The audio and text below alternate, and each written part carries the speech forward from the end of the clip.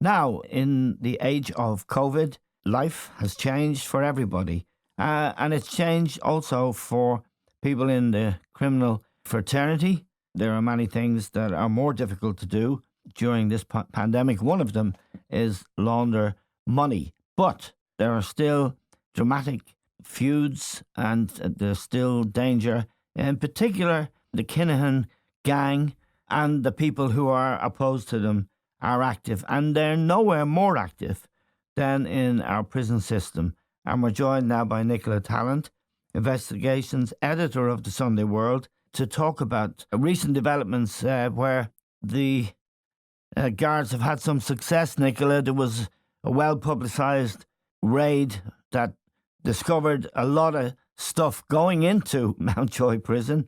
It been taken in there by a van with lots of drugs and money and stuff.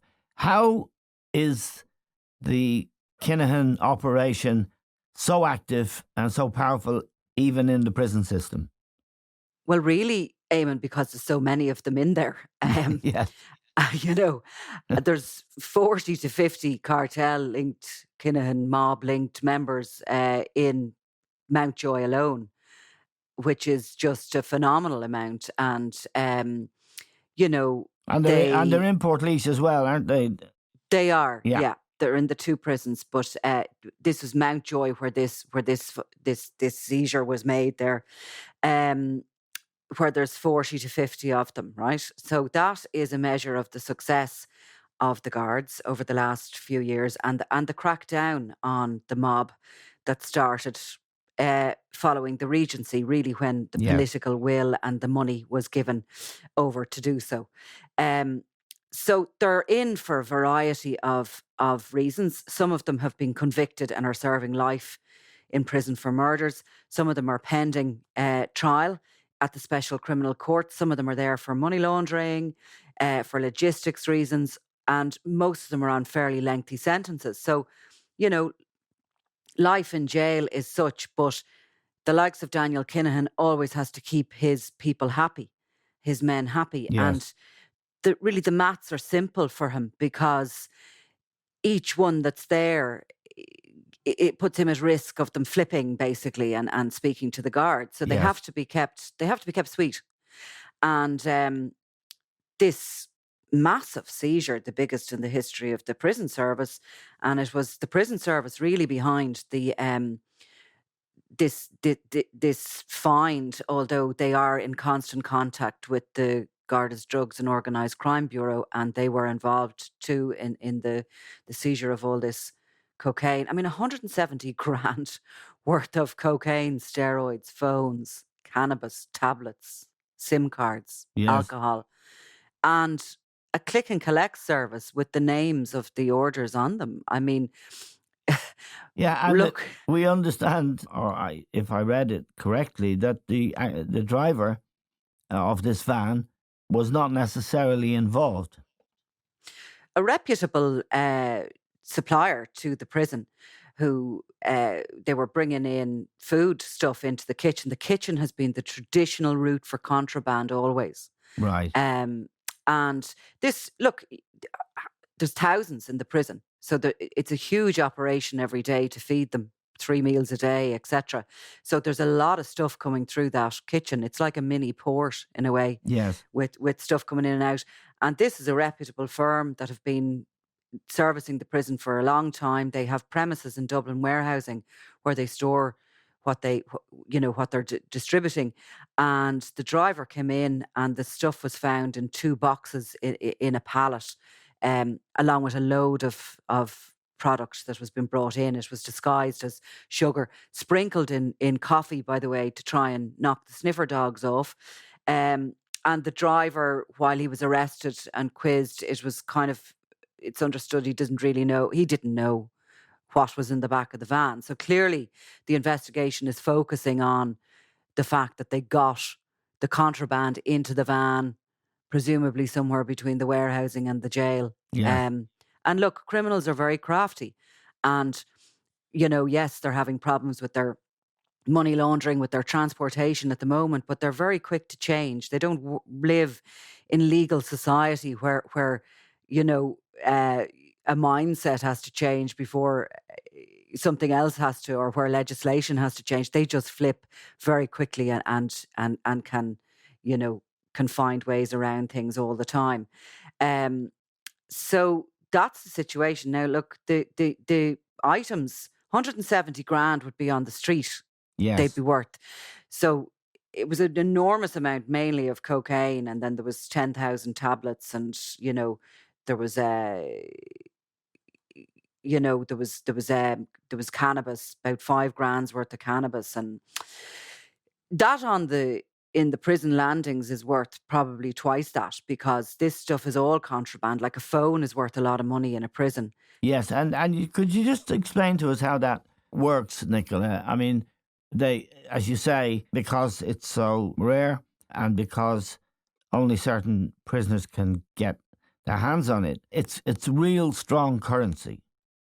It's strong currency, yeah, and it's always been a way of keeping inmates happy and keeping them satisfied that they're still on a payroll, Yes, that they get in. Look, prison life is boring and it's grim, and you are talking about people, guys who probably on the outside would have had a healthy appetite for cocaine and steroids, yes, and in prison with nothing else to do. Clearly, these are an escapism for them. yes, They're in the gym all the time, so the steroids are to keep them pumped up and looking big yeah. and scary. And, obviously the enforcers need to keep themselves fit and all the rest of it. So this sort of stuff is valuable, and everyone can get it. I mean, once you've the money, or you have somebody who's willing to pay it for you. Yes, There's been all sorts of ways they've got the drugs over. You've heard of them throwing it over into the yes. yards, and they put up the nets and all the rest of it. The prison service themselves have to be constantly on top of this, and trying to garnering this intelligence to work out how the stuff is coming in. Now, Barry, a man called Barry Doyle is a big player in all of this, isn't he? So Barry Doyle would be Kinahan's main man in Portlaoise prison. He heads up Right. the Kinahan crew down there. And in Mountjoy, Johnny Keogh would probably be top of the pile there now. Keogh was convicted of the murder of Gareth Hutch, which that murder happened in May of 2016 at the Yes. height of the feud. Gareth Hutch was shot in the outside his apartment in Avondale House, and Keogh was a local man. He was one of his neighbours and lived within. He was from an INLA um, Yes. murder cell that were living within the Hutch community. His sister is also serving life in prison for facilitating her flat to be used Yes. during the hit, and another man. And there is also an arrest warrant for the other shooter. So Keogh is probably the main man there. Barry Doyle is an interesting character. Barry Doyle's brother, Paddy Doyle, was a hitman, and Paddy Doyle worked initially for Freddie Thompson during the Crumlin Drimnagh feud, which kicked off around 2000 and went on for 10 years, resulting in the murder of about 18 people. Um, Paddy Doyle was suspected of being involved in 3 murders, which happened over a very short period of time in Dublin during that feud. And he fled the country and went to Spain, and out there set up on his own while mixing with members of the Kinahan mob. And in 2008, he was shot. He was actually with Gerry Hutch and Freddie Thompson at the time. He was in a Jeep, and somebody came along, rammed the Jeep and shot him. The other 2 got away. Initially, the word from Spain was that it was Russian mobsters and that Paddy Doyle had been mouthy with them, maybe owed them money. But during Operation Shovel and Beyond, it has emerged that his murder was actually an in-house double cross by the Kinahan mob. Yeah.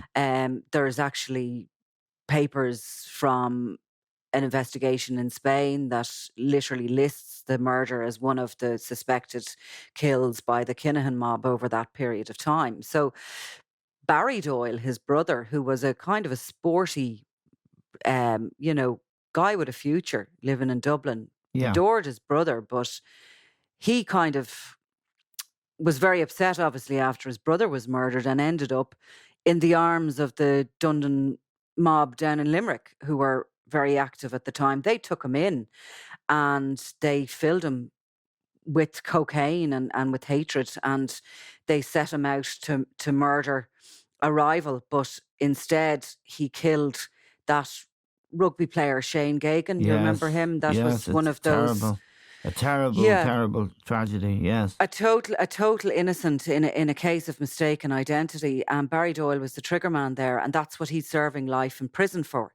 but that was the Um, catalyst, one should say, wasn't it, Nicola, for a big investment in cleaning up Limerick and sorting out the bad guys down there.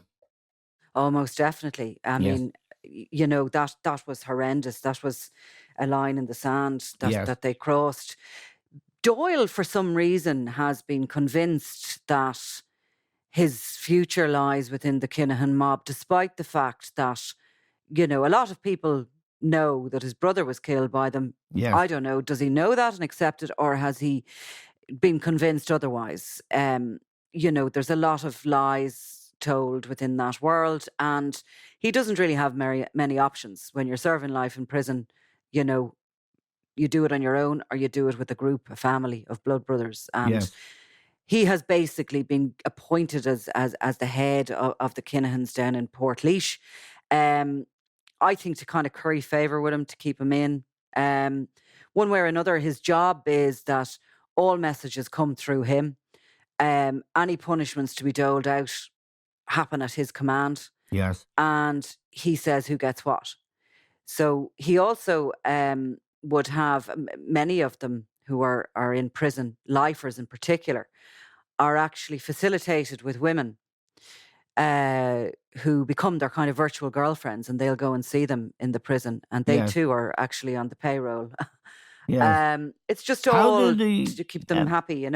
how does the prison service and prison officers, if you like, deal with this? I mean, it seems from outside that in both Portlaoise and Mountjoy, where a lot of the heavies are, the places seem to run smoothly relative to other times and indeed to other jurisdictions. It's a tough job for the prison officers, isn't it? But it also requires diplomacy, I imagine, Hmm. and a bit of sus. Look, our prisons are actually run extremely well, and the head of the prison service is a woman, Karen Yes, McCaffrey.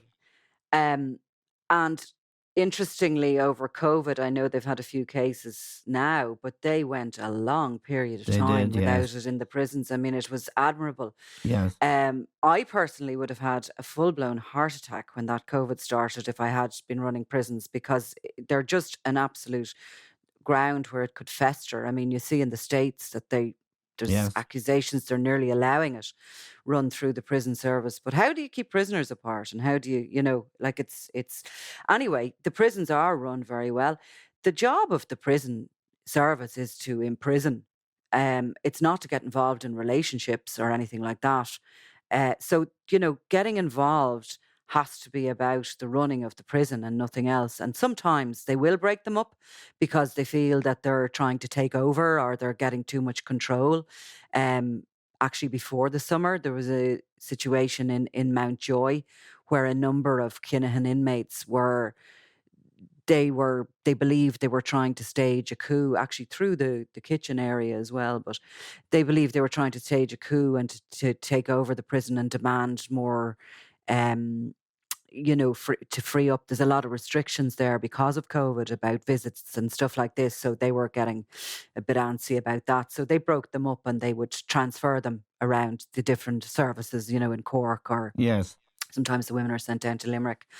Um, they'll be sent down to Portlaoise. So if a group or a cell within the cells try to become too powerful and try yes, and risk the running of it, then they will separate them, break them up, put them into segregation whatsoever. All prisoners are monitored before they go in. Well, they're sort of profiled actually, and they'll look at what dangers. Some of them need to be cuffed at all times, or handled with extreme caution if they're very violent. Others will be, noted that they're kind of good within the system. yeah, Um, all of their enemies and friends will be listed, so as they're kept away from their enemies, just to try and keep the level of rowing, etc., down in the prisons.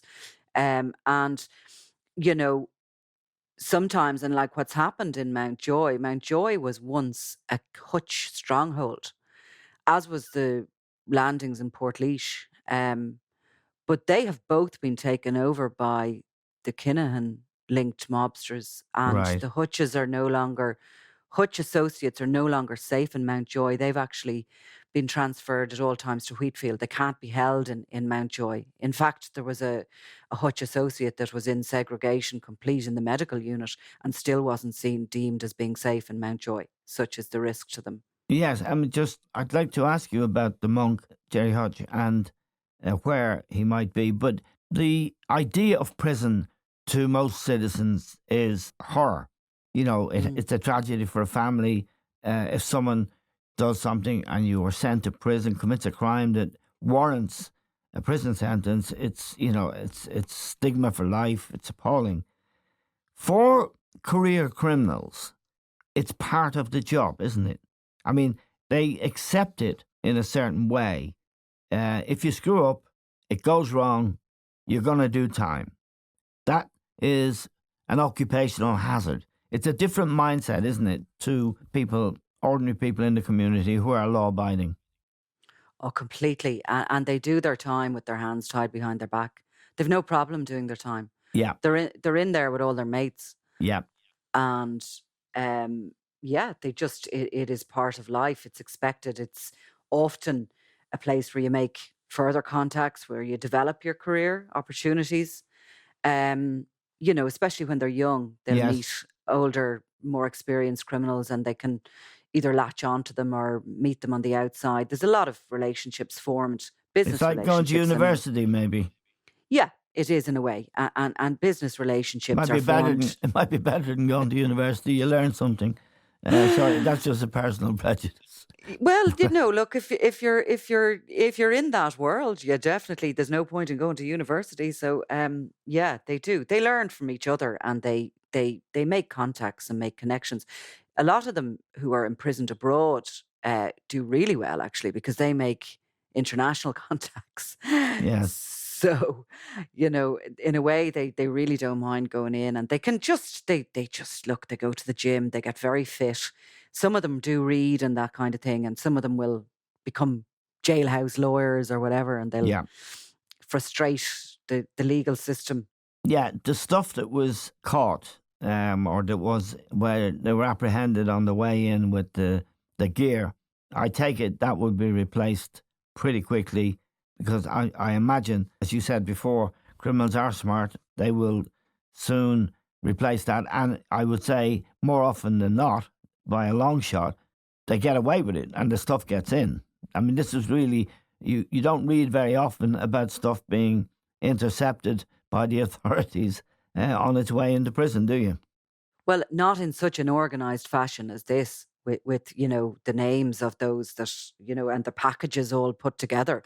No, I mean, this was a huge coup for the prison service. There's no doubt about that. They will do searches around the landings and the cells, and they'll get bits of phones and drugs and a few things like that. Yeah. And over a course of months or years, that adds up to quite a lot.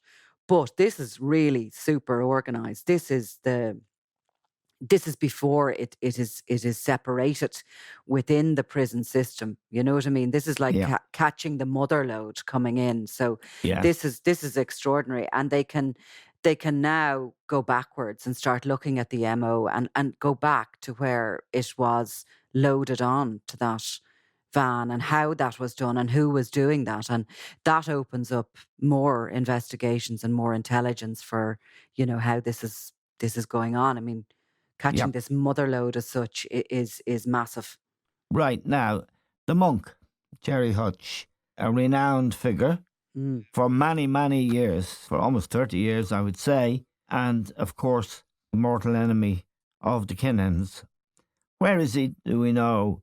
And when you talk about his people being eclipsed in the prison system, particularly in Mountjoy, and it looks like the Regency was his last big play, and it hasn't been great since then. Is that a misreading of it? Slightly. And how would I put this? My understanding is that Gerry Hutch has become a very wealthy man over the last few years. Right. And he is, and always has been, a strategist. Yes. And I think he's a very, very dangerous player in organised crime. One And of the I things, think, Nicola, sorry to interrupt you, but one of the things he always claimed back in the day, and I'm talking 30 years ago, maybe more, he didn't do heroin. He didn't inflict that on his own community. He made a big play of that, didn't he? he did, but what you have to understand is that, you know, look, heroin was a scourge on that community, and I think he personally absolutely believed it to be that, and he did hate it. But he was also, there was a lot of spin and PR about that, because he was also in bed with the provosts, who were very active and strong there, and he was a smuggler, and he was able to get on well with them. Yeah. And associates of his, shall we say, were always able to work hand in glove with the provosts. So, Yes. you know, um, the provosts at the time were said to be anti-drugs. And, Yeah. They led you know, the anti-drug movement for a while, didn't they? I'll put it like this. The monk has no convictions in relation to drugs. No, he was an And armed robber, wasn't he? an armed robber, and he has no convictions in relation to a lot of things he's accused of or suspected of.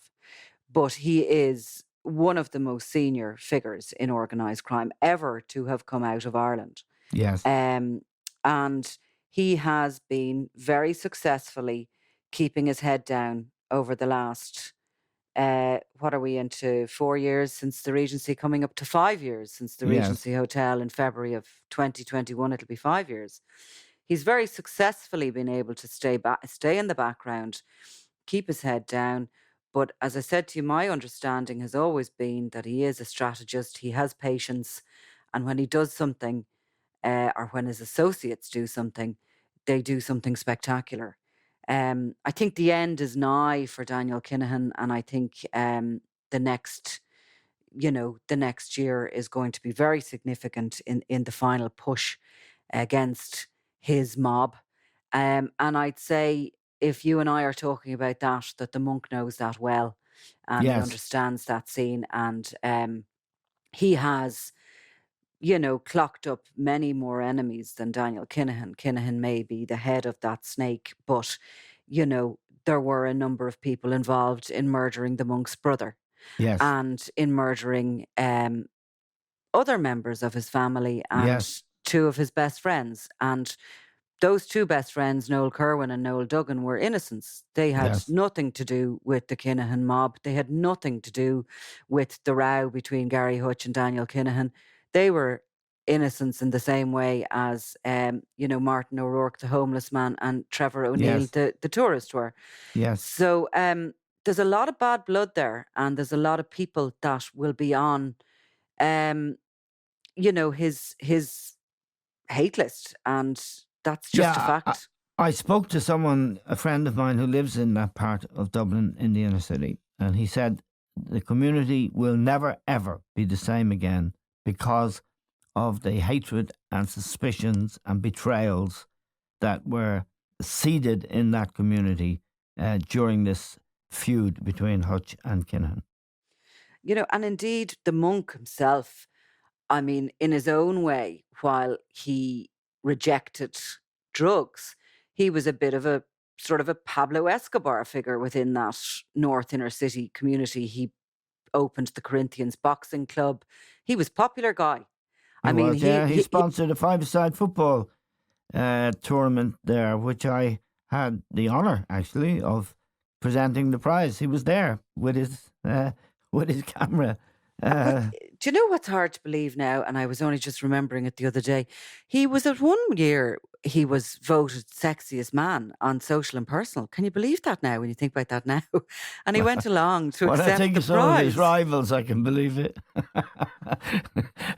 who was Sexiest on the man. list. Oh, Well, well, I better not. look. I better not Um, commit any libels here. Just two more questions, Nicola. but I just mean by that, Eamon, that he became a legitimate Oh yeah, person. You know what I mean? he Like, had his look how white limousine. He had his stretch limousine that was a going bit up of and down Leeson Street when I was in my prime. crack. He does carry Yeah. anybody limousine service, cab Mhm. limousine service. But he actually did what Daniel Kinahan has attempted to do badly. I mean, the monk actually went from criminal to legitimate businessman stroke personality stroke celebrity. Yeah. He did it all those years ago. And then it just all went bad. And Yes. the past always catches up with you. Um, but yeah, I mean, that's only a few years ago that he was going around the city. And what I meant to say was, for him, he believed he had something. I'm not glamorizing him by saying he was a Pablo Escobar type. I mean Yeah. that in that he was loved in his community and he gave to his community. And what he thought he got back was loyalty. Yes. But he didn't. Tell It was me, only skin deep because his community turned on him. tell me about Christy Kinahan, the Dapper Don, as he's sometimes known. He is now living in Dubai, we understand, playing golf, and not a bother on him. Is he home free? Well, he had somewhat the sense and maybe the cowardice to pull out and retire, Yeah. and go just concentrate on his investments.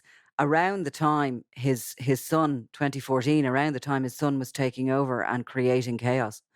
And I think he saw danger.